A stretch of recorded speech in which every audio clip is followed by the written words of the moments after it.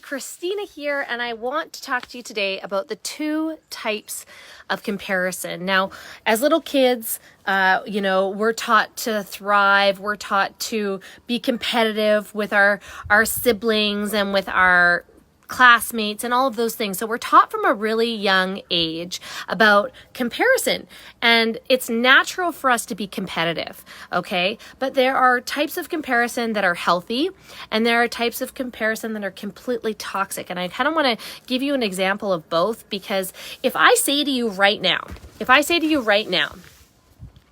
what comes to mind when I talk to you about somebody who is uber rich? Somebody who has millions and millions of dollars. What would you, without knowing that person, what would you think of them?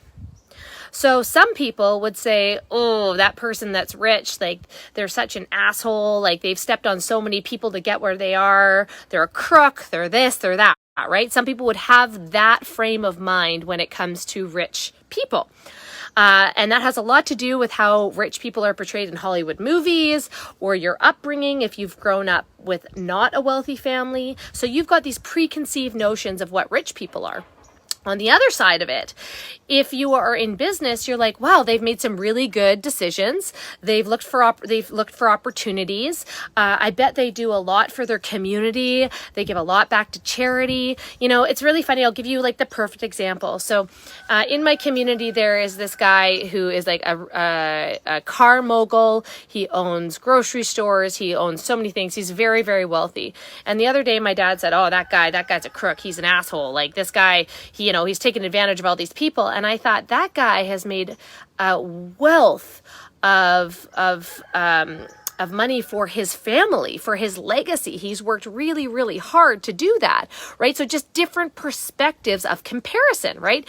My dad is comparing that guy to his life and saying, oh, this guy is toxic, he's bad, he's negative, he's probably screwed a lot of people. Whereas I look at this other business owner and I think, wow, like this guy's accomplished a lot. He's probably come from not very much and worked really hard to get to where he is.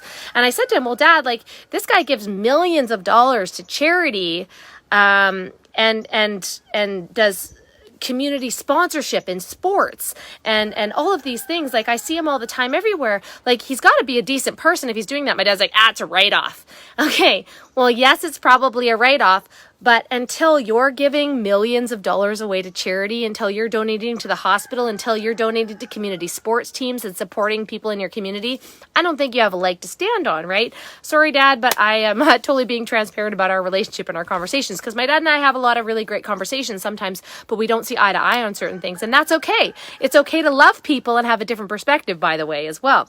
So it's different perspectives, and the healthy competition, the healthy comparison is where you see somebody and they are very successful. And instead of thinking, oh, they must be a jerk, or, oh, look at their fancy car, or they probably don't own it, right? We start telling this narrative of these people. They're probably not in an unhappy marriage. They're probably never around for their kids, right?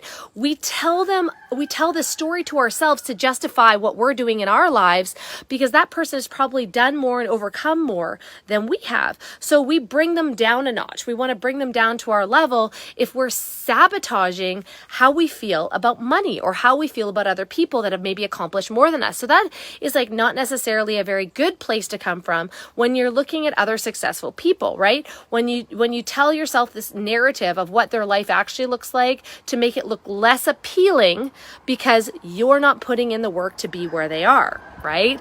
Ooh, this is going to rub some of you guys the wrong way because you're not going to want to hear it, right? But here's what changed, because I was raised in a family like that.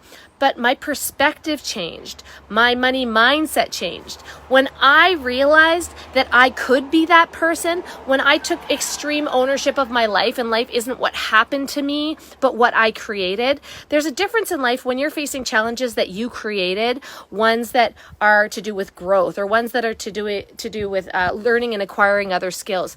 There's a very huge power behind that when you're creating the challenges, and the challenges in life are not just happening to you, right? So there's a lot of people that will hate on others. Yes, exactly, Dylan. There's a lot of people that'll hate on other people because they have not taken extreme ownership for their lives. They don't want to admit that their choices have landed them the life that they're living now. And it's easier to put down other people than it is to take ownership of their own life and make the changes and learn the skills and do the things that they need to do to create the success that they want in their life, right? So that is the negative side, okay? You don't want to compare yourself to people like that. You don't want to be in the environment, whether that is a team environment, coworker environment, whatever it is. You don't want to be in that environment because you're actually sabotaging your success.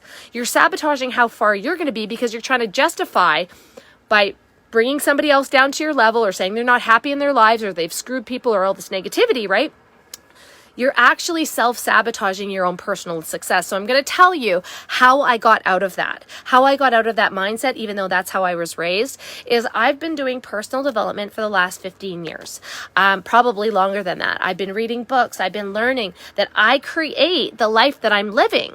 I'm the one that's personally responsible, whether I'm happy or not. And that's a really difficult thing for people to realize. If they're in a place that they are not happy in their life, whether it's their job or their work environment, I'm so sorry, but you are responsible for that. Life didn't happen to you. It was created by you. So if you're not happy, here's the empowering part. You have a decision and you can change things. You can make a decision today and pivot and go in a different direction. And that is completely in your control. Nobody can tell you what to do. Nobody's opinion matters in your life. You're the one that's living it. So here's the positive side of comparison and how I learned through personal development how to change that. So every time I see somebody that is successful, instead of saying all the reasons that I'm not like them, I'm not as good as them, I could never be like them, instead of doing that, instead of having that envy, I get really curious. I trade my envy for curiosity, and then I contact them and I start asking questions. Hey, how did you get these results? Hey, how did you get to where you are? Hey, what are you doing with your money right now to make it work for you? Hey, how did you afford to buy this business or start this business? What are the things that you're doing in your life that have changed? What are like the defining moments in your life that have changed the game and allowed you to create this net worth of wealth? Right? I'm going to get really freaking curious from those people. I'm going to start showing up to events that these people are at. I'm going to start buying the VIP tickets and going to the VIP lunch and sitting around lunch. Obviously, those events are not happening right now, but virtual events. I'm going to sit around the table with these people and I'm going to ask questions and I'm going to get to know them and I'm going to be a real human being. And once you start doing that, once you realize that you have a seat at the table with all of these people, because people that are doing more than you are never criticizing you and they never will criticize you. Actually, when people are doing more with you and you ask honest, helpful questions with a positive attitude, no matter what, doesn't matter if they're in the same business as you or they financially benefit from you, they don't care. They believe in abundance and they want to raise the bar for everyone. So they're willing to have the conversations with you. They're willing to tell you what works. I can't tell you how many people are in my inbox every day asking me how they can build a business online, how they can show up on social media. Are these people on my team? No, they're on other teams. They're on with different companies. They have a brick and mortar business that they want to bring online and they have questions because they've seen what I've created online. And so I'm going to help them. Do I need a financial benefit? No, because I believe you get what you put out into the universe. And if I am helpful to everyone that crosses my path and I am kind and I am good and I am positive and I am of value to them, the money shows up. You'll never have to worry about your paycheck if you help other people get to their dream or you help them get to their destination. You'll never have to worry about your paycheck. So I don't care that I'm helping other people. And that goes for anybody out there. When I see somebody that I want to be like or they're doing something that is better than me, instead of being jealous and hacking them apart, I'm like, hey, how did you do that? How did you get your graphics? How do you find the time to do all of these things, run a business, run your household, run a brand, run courses, write a book? Like how did you find time to do all of these things and they will help you. And that is a very, very, very positive thing that comes from curiosity instead of competition. So when you are looking at the comparison game, instead of, and you can catch yourself, by the way, because this is a learned skill. This is something that you can absolutely learn and overcome. When you automatically start self-sabotaging, you'll recognize these thoughts. Now that you've seen this video, you'll start recognizing these thoughts. When you start thinking negatively of other people that are more successful than you, instead of having that thought in your head, I want you to instantly recognize that thought, and I want you to reach out to that person and ask a question. It's that simple to change your mindset and to change your perspective. And it will serve you so much more if you start getting inquisitive and asking questions. The reason I am where I am is because I put myself in front of people that I wanted to be like. You cannot be the best in the room. If you want to grow, you want to learn, you want to accumulate wealth, you cannot be the best in the room. You have to keep upgrading. You have to keep finding other people to put into your inner circle, whether that is a coach or a mentor or another positive friend. And you have to start leaving all the riffraff and all the noise behind. If you've got people in your life who are negative and self-sabotaging and tear other people down and all they do is gossip, spend less time with them. There are people in my life that I spend a lot less time with nowadays because I'm so focused on my impact and my vision moving forward than I used to, because every time I get together with them, we have a few drinks and all they do is bitch about people around them and complain about their environment and complain about their job and what isn't working. And I don't have time for that anymore because I'm seeking to level up.